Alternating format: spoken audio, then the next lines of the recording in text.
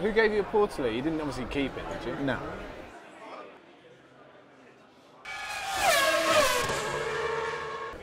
Gil de Ferran, two-time Champ Car winner, Indy 500 champion, this time 10 years ago.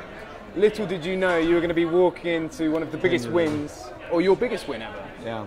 Career highlight. No question about it, Jack. I mean, it was a day that I'll never forget. You know, people often ask me, what do I value more, the championships or the 500? You know, and certainly winning one championship is special, two even more special. But the 500 is such a prestigious event, you know, such a traditional event. Why is that? Why is it so special? Well, I think a variety of reasons, you know.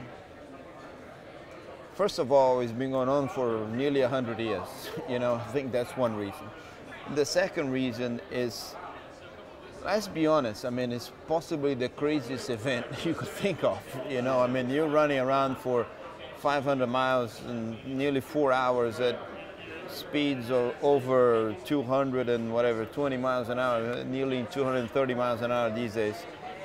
And the level of risk is very high, you know, there's no margin for error, and it's an event that is, you know, is nowadays attended by over 300,000 people.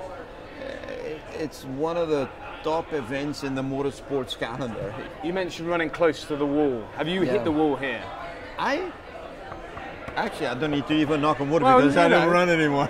But I actually never, ever touched the wall here in Indy. But believe me, I hit the wall before and it hurts. Yeah.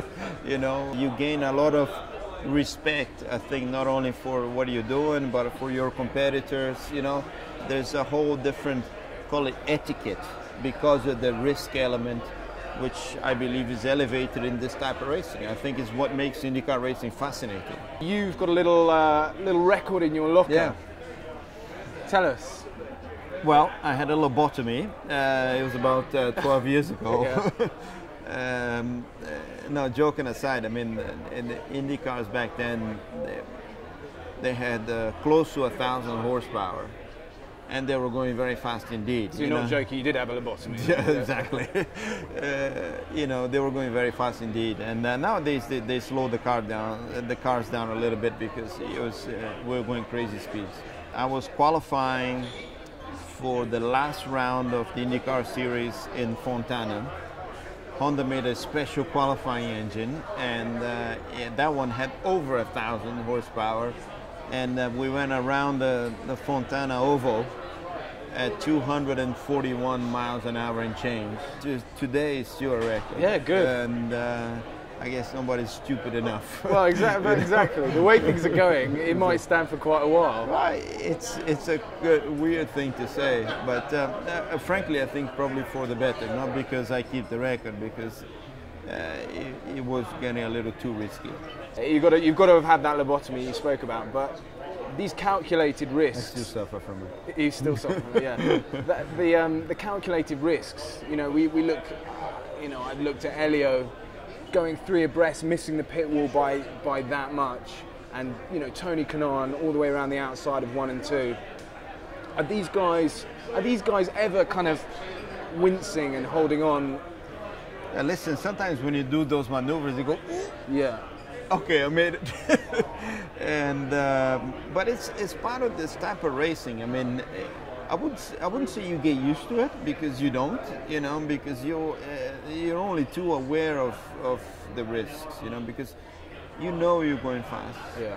But quite frankly, you know, when you're driving well, you know, and the car is good and things feel good, you know, some sportsmen call it being in the zone or whatever, you know, but things do slow down for you. Yeah. You know, it's almost like you have more time to think about things and to see what's developing in front of you. Yeah. I know it sounds like that mystique and zen, but it's actually true.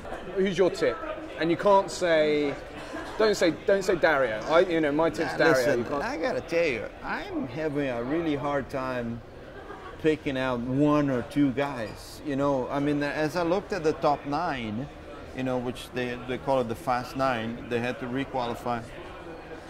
any of those guys could have been on the pole position, you know? Yeah. Ed Carpenter did a particularly good job on the day. He made some good decisions and he drove very well. But any of the top guys could have been on the pole. Then I look at the next day, everybody doing race practice. They're all running together, 20 cars together. And man, again, there are 10, 12 guys there, which includes Dario and the guys that are in the top 10, you know? That is hard for you to say, oh no, he's got no chance. Gil, cheers. Good to see you, man. To keep up to speed with the Indy 500, subscribe to Pole Position.